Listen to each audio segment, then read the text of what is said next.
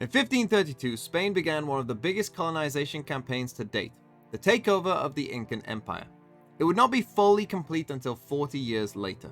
In those 40 years, many priceless and important artifacts and heritage were taken or destroyed, and many secrets about the Incan way of life were never to be known again. But recently, one secret was rediscovered. It all began when Vicente Tacalia Compagnon was on one of his long walks across the coastal cliffs of the Atacama Desert. There he saw a man meditating, mumbling something to himself. That man was Sean Gares, the head coach of 100T Thieves. But he had nothing to do with this story, he was just there. Moments later, Taco stumbled across a golden tablet. On it was one of the last great Incan secrets. It merely said, "Have you tried winning all of the pistol rounds?" Taco took this knowledge and shared it with his team Leviatán. That is what this video is about. So yeah, today we're going to take a look at Leviatán and their pistol rounds because they keep winning them. They're 8 out of 8 so far at champs, and obviously that has really carried them towards playoffs. And so let's just dive in. And the first one we're actually going to look at is not from champs. It's actually from Copenhagen, because really they were good at pistol rounds back then as well. And I need to show you like some of the things that they do, right? You will have maybe seen this pistol round before because it's an idea that everyone stole, where basically you're going to get 4 players here. We're going to get a smoke in there. We're going to get early nade, and they're going to push down A with these 4 players, right? They even send a fade horn in deeper, and basically they force Xset to, you know, run towards C. But this is what they kind of planned for, that they're going to run into Tacalia, who gets his first kill and TPs away safely, okay? And this is basically what they do on these pistol rounds, is they are trying to dictate the round at all costs, and you know, they have a plan for exactly what's going to happen. They know what's going to happen in this round, right? They know that when they push A as a 4 stack, you know, most teams are going to run quickly towards C, because, you know, that's kind of what you were meant to do, right? So Taco is positioned there to punish that, and he gets out, and then they start this very, very fast retake, right? They just never stop running. They come in on this retake, they start just absolutely mopping up as well, and it's a great start for the game from Leviatán, and, you know, it's an absolutely flawless pistol round, one of the best pistol rounds you'll see, and everything worked as it should have. And so that first clip was basically just a bit of context for you to, you know, kind of show you what Leviatán were doing, because that pistol round that they did, a lot of teams have copied it, right? You see a lot of that 4 stack on A from the defensive side pushing a lobby now after that pistol round. You know, that became a very common thing to do. But Leviatán know this, right? And they know this is their first game against Team Liquid on Haven. They're starting on the defensive side. Obviously, Leviatán know that Liquid know that they do that, right? And that's a very common strategy that Leviatán might employ. So instead, Liquid just decide, well, we're not going to start towards a lobby. We're just going to run down C straight away. So you can't get a fast retake because, you know, you'll be too far behind us. But Leviatán know this, right? So this time they only have 1 person on A, and this time they have more of a C lean, as you can see. And that's going to play out much the same way in this round, as you will see. So Income Liquid, right? They're going to go for a fast C here. But again, they run straight into Taco, who manages to get the first kill. But then you see that this nade goes in from King here, and that is just enough time to allow them now, for when Liquid continue to go in, we're going to get that same fast retake, but because they expected it, right? Because they know what's going on. So as soon as the spike plant comes in, we get a breach stun, we get this omen flash here. Demon actually does manage to hit that right click, but Melsa comes in, manages to get 2 kills, and then they're already here, right? And we're in a 1v3 before you even know what's done. And Leviatán managed to win the round again. And this is why I think they keep winning them, is because they can outsmart their opponents as well, right? It's not only that they have good ideas, but it seems like they know what their opponents are going to do based on perhaps what they've done before, right? And it's like, because they were dictating the round before, they're now, because of their ideas beforehand, are dictating rounds in other games as well, right? Where Liquid are kind of thinking, well, if they do that A push, you know, let's just push C instead.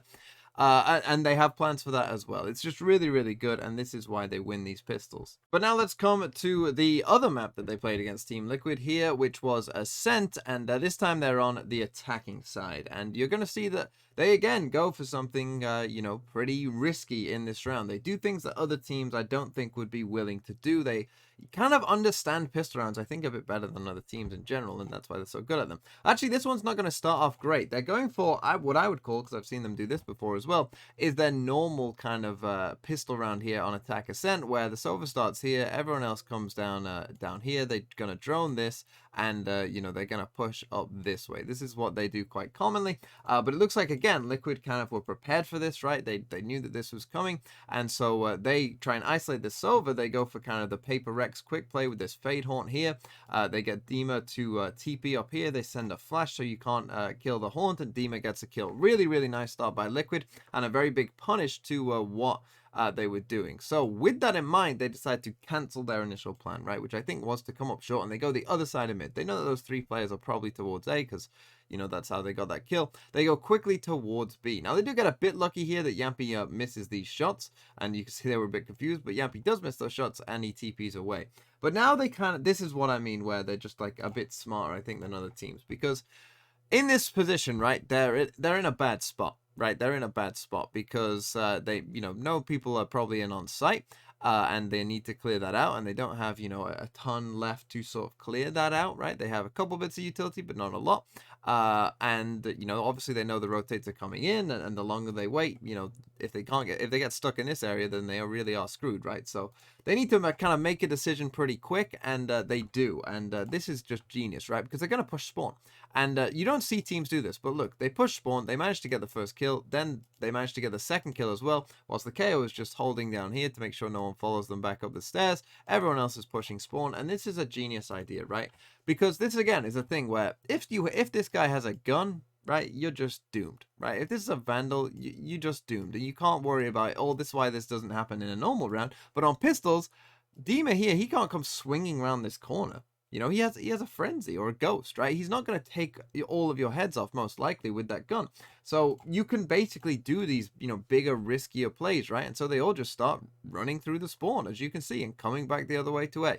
And as I said, this is the kind of thing that they are willing to do that other teams just don't, right? They're in their normal pistol round, they do this, which, again, most teams won't ever do this against you, but Leviathan will, you know, or they'll do this, right? And no other team will do this, but Leviathan will, and it always seems to work because it takes you off guard because no one else does it. And I think on pistol rounds in particular, because you don't have those guns that can get long range kills, teams should be doing this more, right? They send a Prowler out here just to make sure no one is following them close behind.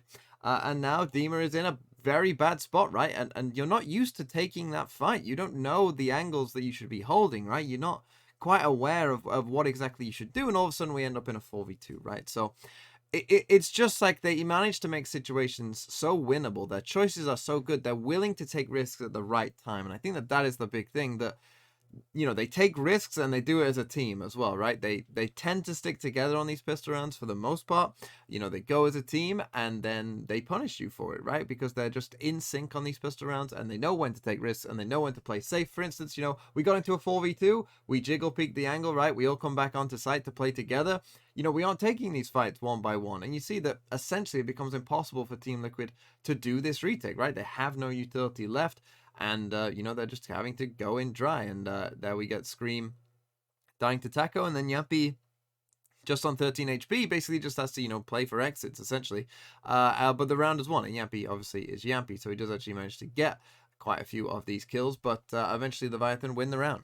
Let's come to the defensive side as well. And again, they're going to be a bit aggressive here with Taco and Melsa here walking down towards A. You see we get the early dart down there, and down they come, right? And they get a lot of early A main control. And so with that control, we get the rotates across, and we kind of realize what's going on. Because if you obviously kept pushing every single round, you know, that would be a bit predictable in every map. So you can't really do that all the time. But still, they get the control that they want, and Taco ends up behind them here. He is actually going to miss kind of the shot here on Yampy as he's just falling down there. So his position somewhat gets given away. And we get a 1-for-1 here where King gets that kill, but we get a really nice Omen flash that gets them one back, and Scream actually manages to get the second. But this is what I mean as well, where they know when to take risks, right? This is something I think Leviathan are just way better than almost every team I watch. And this is a big reason why, you know, they do well in these games and have got to playoffs already. It's because when they're in 3v4s or something like that, they know to take risks, right? And when they, you know, are in a 4v2 or something like that, they play safe, right? And they always see, every player on their team seems to make the correct decision. You're going to see it here. We're in a 3v4, we're screwed. Adverso's going to run through the Phoenix wall, right? Not many people would do this, but he gets rewarded for it because it's so unexpected, and he manages to get that kill there, make it a 3v3. Okay, he does eventually get, you know, traded out there, but he created like a big diversion, you see, and that is actually going to delay the plant. And that delaying of the plant, and alongside some, you know, them trying to get Scream the ult orb here as well for Team Liquid, that's going to cost them this round, because in comes Taco as well, because he's in a 2v3, and he gets 2 kills from that, right? And it came from Adverso, you know, causing that delay, and he got 1 kill, and then, you know, Taco is able to get 2 as well before the spike goes down. All of a sudden, we end up in a 2v1. Melsa manages to win it as well there, and Leviathan, again, win a round. Even though that one didn't start off that great, they weren't in a great position to win that round, you know, they still managed to, because they know when to take these risks. They know when to play safe. It seems like they just have a better understanding of that than really any other team. And now let's come to their game against Paper Rex, and we'll see much the same thing, where they go for this early A control with 3 players this time, where they send in the Raise Nade, they're going to send in a Breach Stun, they send in the Fade Horn, and initially it looks like, you know, they might get something from it, but Paper Rex seem to, you know, be ready for this as well, and Benkai is actually going to manage to get the first kill with just a right click there on Shy as he's trying to go through, but Averso gets a kill back from just the spam there, and we end up in this 4v4. But Adverso will just peek out after that flash, and Forsaken hits a nice shot and takes his head off, and we end up in a 3v4. But now again, you're going to see they take the risk, and they get it, you know, they get what they need here. So they send in an Omen Smoke down here to perhaps delay, and King, meanwhile, he was the one that was kind of on a long. He's wrapped around the back here, and he's going to, again, take the right risk, right? And whilst that's going on, we've actually got Taco here in this fight, and that's going to actually bring the rest of Paper X back, because they want to go and help out Forsaken here to kill Taco, right? So they're going to come back, and they're going to run straight into King, who's going to hit 2 really nice shots. And whilst that's going on and he gets 2 kills, he does eventually get traded. Okay, they get a bit lucky here that Forsaken, you know, uncharacteristically misses those shots, but they end up in a 2v1. But I want you to watch how they play this 2v1, because they can hear Mindfreak and they know where he is, so they come together, right? They go and play together rather than, you know, going in different directions or whatever, right? And so again, you see it. They take risks when they know they need to take risks, and they play it safe when they know they need to play it safe. And it just seems like they always have, you know, the correct idea. Whatever the correct idea is, they tend to have it, right? And so you're going to see that here, where again, they come together, and Mindfreak is, you know, eventually going to drop down here and plant the spike, but Leviathan are going to manage to, you know, find the kill on him eventually as he plants the spike on A. They both come from the same position. As I said, they stick together, and, well, we're actually going to see a really nice Omen flash here from Melsa, as you will see, as they wait for this smoke to fade as well, right? They know that Mindfreak, you know, likes to use these smokes. He's very good in these situations, so instead, they just wait for it, flash him, get the round win, nice and easy, and very well played by Leviathan again. And now let's finish off with their first pistol on Bind against Paper X as well, which is a really cool idea. So they're on the defensive side this time, and you see, look at this, right? Straight away, very aggressive, very kind of in your face, and what you're going to see here is they're going to stim pack, go with the Prowler, they sky flash down here, and these 3 just start running. Okay, they start running it down. They put a smoke over here, right, and in they come. And what I love about this round is they're going to send in the Skydog here as well. They put up their Viper Wall, and all of Paper Rex, right, are kind of stuck here. And look, they take full hooker control, but watch what they do. They're going to basically let Paper Rex in, right? They're going to let Paper Rex think like, oh yeah, there's no one here, right? Oh, we're not ready. You know, we're rotating. Oh no, we're not here. But really, they're all here, right? And really, it's a 5v5, but Paper X don't know it. So as soon as the spike goes down, we get this, right? We get early nade, we get early Fade Horn, Benkai dies to that nade, right? And in we come. We're coming from different positions. This guy doesn't know which way to look Mindfreak there in that cubby, because they're already here, right? Everyone's already here.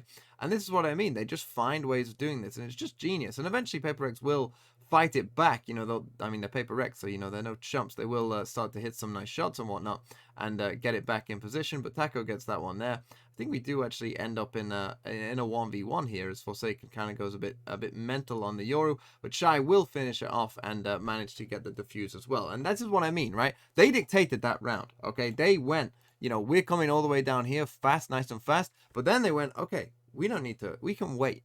Right? We can surprise them here with how they don't know that we're all here straight away, right? They think that, you know, maybe 3 people are here. They don't know that it's 5 already. They get the first kill off that. You know, they get the first 2 kills off that, and that gives you such a big advantage that even though Forsaken goes a bit nutty on the ghost there with the Yoru, it doesn't matter, right? They can still manage to close out the round and get another pistol win.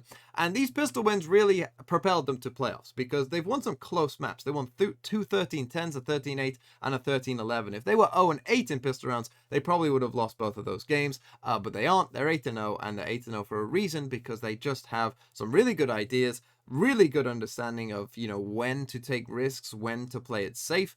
And, they just seem to have better coordination as well in terms of those pistol rounds and what's going in on them.